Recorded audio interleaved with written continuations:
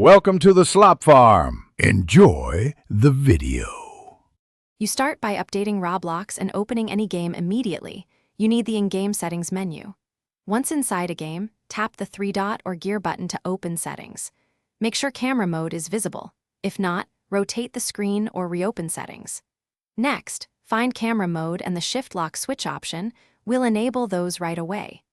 This is the only supported way on mobile to access the lock-style camera control, so follow these first steps now. Once in settings, set camera mode to classic so the lock mechanism becomes available. Next, toggle shift lock switch to on. This exposes the lock icon on your screen's HUD. Close settings and look near your movement or jump controls for a circular pad or lock icon. Tap that icon once to engage shift lock. Your camera will now pivot around your character consistently. If it doesn't appear, reopen settings and reapply classic mode. Make sure you save the change. To use the lock, tap the circular lock icon whenever you want the camera fixed behind your avatar. Tap again to release. If the icon doesn't respond, first return to settings and retoggle the shift lock switch. Sometimes the HUD needs a refresh. If that fails, close the game or force close the Roblox app and relaunch. This reloads HUD elements.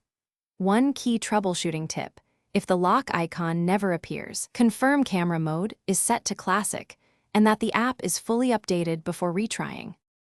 Thanks for watching. Consider subscribing if we helped you today.